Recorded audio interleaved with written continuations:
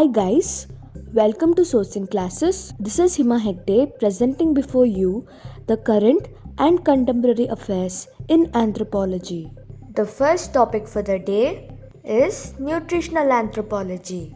Dr. Nog Jerome, whose distinction as the world's first nutritional anthropologist meant less to her than her commitment to improving the lives of others through her charitable work and personal mentorship, died after years of gradually worsening dementia, the family said, at the age of 91.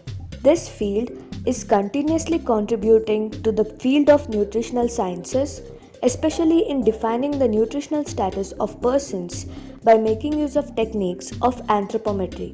This area of defining the nutritional status is quite satisfactory, as earlier the methods were highly technical and were looking for an internal agreement for their practical use.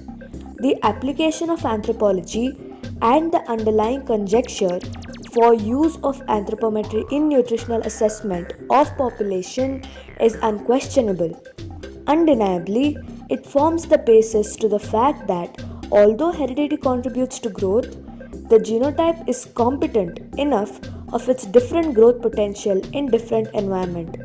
Thus, the induction by introducing the specialized subdiscipline within applied physical anthropology called the nutritional anthropology. Anthropometry or the nutritional anthropometry employs three basic measurements: age, weight, and height. These three basic values hold importance for physical anthropologists since they compute the indices and compare these indices with reference to the population or persons. There are basic indices which exhibit geographical variation to assess the nutritional status. Nutritional anthropologists have provided indicators in terms of cutoff points to assess the nutritional status along with the range for different categories. In recent years, international consensus achieved to a large extent for defining the nutritional status of an individual with the help of anthropometry. The contribution of heredity in the growth and development cannot be overlooked. Yet, it is undisputable that the same genotype is responsible for different growth potentialities in different environments. This is the foundation for using anthropometry in nutritional assessment of populations. The health status of any population all over the world can be evaluated and appropriate health plans can therefore be enforced. Secondly, we have an interesting concept that discusses Neanderthals and present day back pain. Here on the screen are research papers discussing Neanderthals and back pain. What do Neanderthals have to do with your back pain? Looking to Neanderthals to explain today's lower back pain. Neanderthal spines offer clues to our aching backs. Examining the spines of Neanderthals, an extinct human relative, may explain back-related ailments experienced by humans today, a team of anthropologists has concluded in a new comparative study. The analysis centers on the spine's curvature. Spine's curvature, which is caused in part by wedging or angling of vertebrae and the intervertebral discs, that is, the softer material between the vertebrae. Neanderthals are not distinct from modern humans in lumbar wedging and therefore likely possessed curved lower backs like we do. Curved lower backs. Neanderthals have long been thought to have different posture than modern humans. A good part of this perspective derives from the wedging of Neanderthals' lumbar or lower vertebrae. Their spines in this region curve less than those of modern human beings studied in the US or Europe. However, much of this view has been based on an analysis of modern humans beginning in the late 19th century, well after the onset of industrialization, most widely available and desk job more prevalent, both of which encourage sitting and with it changes in posture. These changes were coupled with a reduction in high activity occupation such as agriculture. In addition, specific afflictions became associated with working conditions that elicit poor posture.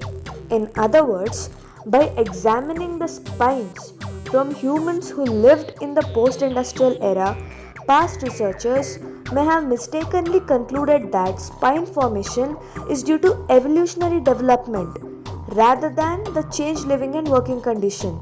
Now, to address this, the scientists examined both pre and post industrial spines of both female and male human beings around the world. A sample that included more than 300 spines, totaling more than 1600 vertebrae, along with the samples of Neanderthal spines. Overall, it was found that in post industrial people, there was more lumbar wedging than the ones in the pre industrial people. Moreover, Neanderthal spines were significantly different from those in post industrial people but not from pre industrial people.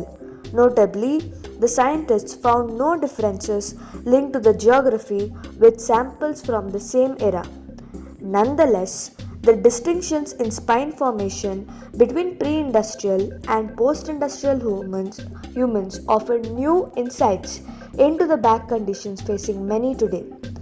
Diminished physical activity, bad posture, and the use of furniture, among other changes in lifestyle that accompanied industrialization, resulted over time in inadequate soft tissue structures to support lumbar lordosis during development.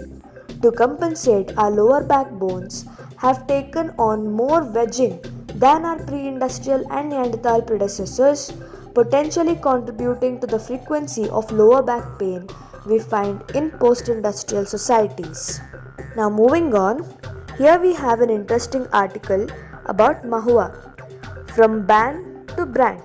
Indian government now champions Mahua liquor, but Chhattisgarh isn't cashing in. Entrepreneur popularizes Bastar's Mahua as healthy snacks, employs 350 rural women. Chhattisgarh. Mahua flowers make a mark in national and international markets. For long, the image of Mahua or the Indian butter tree has been synonymous with liquor predominantly consumed by the Adivasis. In recent years, there has been a shift in this perception and the focus has been on the flower's nutritious value instead. Last year, the Maharashtra government lifted the restrictions on sale, transportation, and collection of Mahua, and there have been exportations from Chhattisgarh to Paris of the Mahua. Meanwhile, the Tribal Cooperative Marketing Development Federation is promoting Mahua Nutra beverage in Jharkhand as well as Mahua cookies mixed with millet flour in Madhya Pradesh.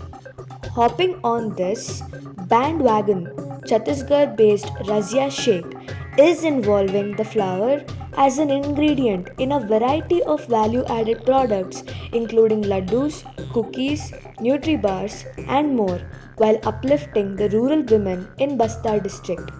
A microbiologist by profession, Sheikh set up Bastar Foods in 2018 after working as a researcher for the state government's Safe Motherhood initiative.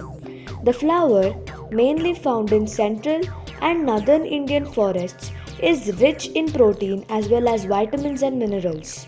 It has numerous phytochemical attributes and thus can be used as a medicine for many diseases including headache and diarrhea as well as skin and eye diseases. Other than liquor, its high sugar content makes it a natural sweetener in dishes such as halwa and kheer. And so, with a nutritionist, a few technicians, and 6 women, she began her food venture. After a while, the Bastar District Administration and Forest Department extended their support by providing machinery and marketing opportunities.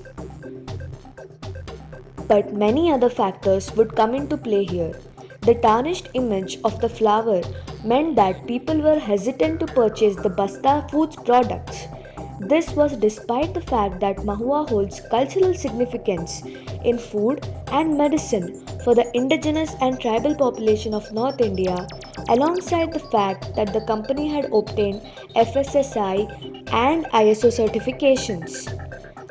Razia also has an in house laboratory for the quality check. If the lab results are satisfactory, she sends the samples to NABL accredited labs in Hyderabad and Nagpur. As of now, Bastard Foods has 8 manufacturing units across Chhattisgarh, benefiting a total of 350 women who earlier had no jobs. According to Razia, every woman earns at least a monthly average of rupees 4,000. At present, Bastard Foods products are sold pan-India via e-commerce platforms like Amazon. Razia hopes to expand her presence on Flipkart and other such websites with new products like dalia and organic rice. So that is it for today. Hope you found it informative. Thank you.